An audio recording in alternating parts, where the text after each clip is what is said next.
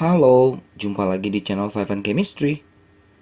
Video kali ini mau bahas soal-soal asesmen ketiga, materinya, sifat, reaksi, pembuatan, dan kegunaan senyawa turunan alkana. Materi kimia kelas 12 biasanya diajarkan di semester 1 akhir. Kali ini bahas soal esai, karena soal PG-nya sudah saya bahas di video sebelumnya ya. Dan ada 5 soal esai yang mau saya bahas, jadi langsung aja saya mulai. Nomor 1, alkohol dan ether berisomer fungsi. Benar ya? Akan tetapi, alkohol yang bersuku rendah, artinya jumlah C-nya sedikit, mudah larut dalam air.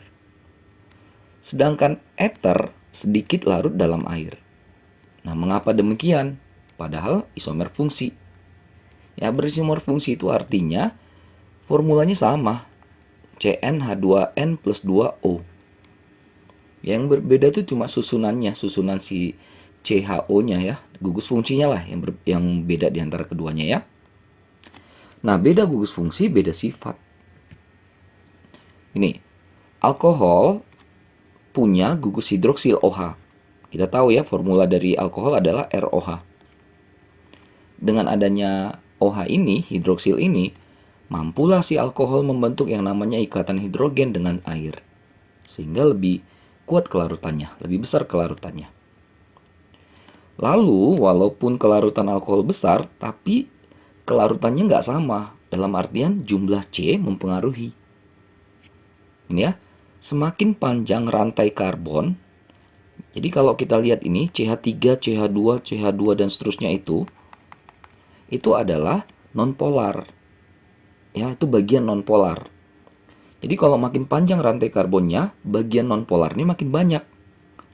Kalau bagian nonpolarnya makin banyak, semakin rendahlah kelarutannya. Gitu ya. Sebaliknya, kalau rantai karbonnya sedikit atau bersuku rendah, artinya nonpolarnya dikit. Maka kelarutannya besar. Paham ya untuk yang alkohol? Nah, kalau ether kan polanya adalah alkil, O, alkil. Dia nggak punya OH. Berdasarkan ini juga kita bisa lihat bahwa O itu tidak berikatan dengan H, ya kan? Jadi dia nggak bisa membentuk ikatan hidrogen dengan air. Tapi dengan adanya atom O itu yang diapit oleh dua buah alkil itu, dia sedikit polar.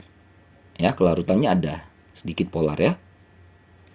Oke, jadi kesimpulannya, alkohol lebih mudah larut dalam air dibandingkan ether karena punya gugus hidroksil OH. Sehingga lebih mudah membentuk ikatan hidrogen dengan air. Paham ya? Nomor 2, suatu haloalkana. Jadi alkana yang mengikat halogen, Cl, Br, dan seterusnya. Dapat dibuat dengan mereaksikan 2-metil 2-propanol dengan gas hidrogen klorida. Yang A, jenis reaksinya apa? Persamaan reaksinya bagaimana? B, nama senyawa haloalkana yang dihasilkan apa? C, haloalkananya direaksikan lagi dengan CH3ONa. Senyawa apa yang dihasilkan? Kompleks ya, ini pertanyaannya. Jadi kita reaksikan 2-metil 2-propanol. Jadi buat dulu 2-metil 2-propanol. OH, di nomor 2 ada metil. 2-metil 2-propanol. Bereaksi dengan HCl ya, hidrogen klorida. Ini kayak substitusi lah ya. Jadi OH itu tukaran dengan si Cl. Jadi hasilnya C, nah ini jadi Cl. Ini kita nggak ganggu, ini kita nggak ganggu. Jadi OH-nya itu pindah posisi sama Cl jadi HOH atau H2O. Gitu ya. Ini persamaannya. Jenisnya substitusi. Untuk yang B, apa nama senyawa haloalkana yang dihasilkan? Ya ini. Nomori saja 1, 2, 3. Berarti ada cabang di nomor 2 ya. Ada kloro, ada metil. Kloro dulu karena abjad kloro itu disepakati C ya, versi bahasa Inggrisnya ya. 2 kloro, 2 metil, karena induknya 3 berarti propana. 2 kloro, 2 metil, propana. Lalu yang C, haloalkananya itu direaksiin lagi. Ini harus tulis lagi nih. Yang C, Cl, CH3, CH3. Ini direaksikan dengan CH3ONa. Sama konsepnya seperti tadi, tukar-tukaran aja. Jadi ini Cl-nya ditukar sama ini CH3O. Ya, jadi ada alkoksi nanti ya. H3C, C. Nah, ini jadi OCH3. Ini kita nggak ganggu CH3. Ini kita nggak ganggu CH3. Cl-nya kemana? Diambil sama si Na. Jadi NaCl. Oke? Nah, ini namanya nomorin dulu. Di nomor 2 nih ya, ada alkoksinya. Ada juga metil. 2. Nah, karena C-nya 1 kan metil ya. Karena ada O-nya jadi metoksi. 2 metoksi. 2 metil. Induknya 3, propana. Beres yang nomor 2 ya, 1 dan 2. Beres. Nomor 3, bagaimana cara memperoleh senyawa 3,4 dimetil 2 pentanon dari senyawa alkohol? Jelaskan disertai persamaan reaksinya. Jadi pada dasarnya senyawa keton itu bisa diperoleh dari oksidasi suasana asam senyawa alkohol sekunder. Jadi alkohol sekunder dioksidasi bisa pakai KMNO4 atau K2CR2O7. Nanti hasilnya adalah keton. Tadi kan ketonnya sudah ada. 3,4 dimetil 2 pentanon. Kita gambar dulu aja. Penta kan C-nya 5. Nomor 2 ada on-nya, ketonnya ya. Nomor 3 ada metil, 4 ada metil. Tinggal isi hidrogen.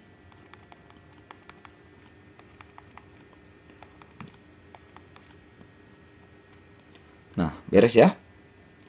Lalu alkoholnya apa? Sama aja polanya, jumlah C-nya harus sama dulu. Yang ini, on-nya ini, ketonnya ini, itu berawal dari OH. Nomornya sama-sama di nomor 2. Nomor 3 ada metil, nomor 4 juga ada metil kan? Tinggal isi hidrogennya. Nah, sudah. Jadi inilah dia ya reaksinya. Kalau kita namain ini nomor 1, 2, 3, 4, 5. Ini ya, di 3 dan 4 ada metil, dimetil. OH-nya nomor 2. Pentanol. 3,4 dimetil 2 pentanol dioksidasi menjadi 3,4 dimetil 2 pentanon. 0 jadi non. Alkohol jadi keton. Selebihnya sisanya sama. Oke, begitu ya untuk soal nomor 3. Kita ke nomor 4. Ada senyawa aldehida dan keton sama-sama memiliki gugus karbonil. Keduanya merupakan gugus fungsi juga ya, isomer gugus fungsi. Karbonilnya ini maksudnya ya, C rangkap O. Nah, karena ada gugus karbonil itu, aldehida dan keton katanya dapat mengalami reaksi adisi maupun reduksi. Benar nggak pernyataan tersebut? Jadi, gini ya, aldehid itu kan alkil COH. Sedangkan keton alkil CO alkil lagi. Nah, jadi karena ada CH ini, ada H ini, aldehid itu bisa mengalami oksidasi. Kalau aldehid dioksidasi nanti menghasilkan asam karboksilat. Ya, karena ada H ini. Oke. Lalu karena ada rangkap ini, nih, jadi aldehid itu bisa direduksi. Misalnya pakai hidrogen H2, jadi alkohol primer. Jadi aldehid itu bisa mengalami oksidasi, bisa mengalami reduksi. Tapi kalau keton, karena dia nggak punya H, ini kan alkil. Alkil itu kan C kan awalnya. Jadi C ketemu CC gitu, nggak ada H. Makanya dia nggak bisa dioksidasi. Sulit sekali untuk dioksidasi si keton ini. Ya, karena nggak ada atom H yang terikat ke C karbonilnya. Bisa direduksi? Bisa, karena ada double bond ini, rangkap ini bisa direduksi dengan gas hidrogen menghasilkan alkohol sekunder, seperti soal nomor 3. Masih ingat ya, nomor 3, alkohol sekunder dioksidasi jadi keton. Kalau dibalik bisa, keton direduksi jadi alkohol sekunder. Jadi pernyataannya tidak tepat ya, atau salah. Jadi sekali lagi, aldehid bisa oksidasi karena ada H itu di C-nya. Bisa juga reduksi karena ada double bond itu, karbonil itu. Keton, karena nggak ada H yang terikat di karbonilnya, berarti nggak bisa dioksidasi. Direduksi bisa menjadi alkohol sekunder. Nomor 5, perhatikan beberapa pernyataan mengenai hasil uji senyawa organik. Rumus molekulnya C4H8O2. Yang A direaksikan dengan NaOH, hasilnya senyawa X. Ternyata senyawa X ini bersifat antiseptik. Juga bisa digunakan sebagai pelarut. Lalu senyawa itu dihidrolisis dengan air, ditambahkan air, menghasilkan senyawa Y. Senyawa Y dapat dihasilkan dari oksidasi senyawa X dengan oksidator kuat. Senyawa Y itu digunakan sebagai pelarut dan pengasam makanan. Apa nama senyawa C4H8O2 tersebut? Kompleks ya, ribet ya, hot sini. Jadi gini, C4H8O2 itu adalah CnH2nO2. Ini bisa sebagai asam karboksilat, bisa sebagai ester. Karena keduanya punya formula yang sama. Itu ya, itu polanya dulu. Lalu katanya kalau direaksikan dengan NaOH akan menghasilkan senyawa X yang bersifat antiseptik. Ini kita bisa lihat ini adalah alkohol. Asam karboksilat kita tambahkan NaOH, hasilnya garam plus air. Ester tambah NaOH, hasilnya garam plus alkohol. Nah, udah ketebak ini. Si C4H8O2 itu adalah senyawa ester. Paham ya? Nah, asam karboksilat kalau kita reaksikan dengan alkohol, suasana asam akan menghasilkan ester plus air. Namanya reaksi esterifikasi. Kalau kita balik, ester kita hidrolisis atau kita tambahkan air atau H2O, nanti kembali lagi jadi asam karboksilat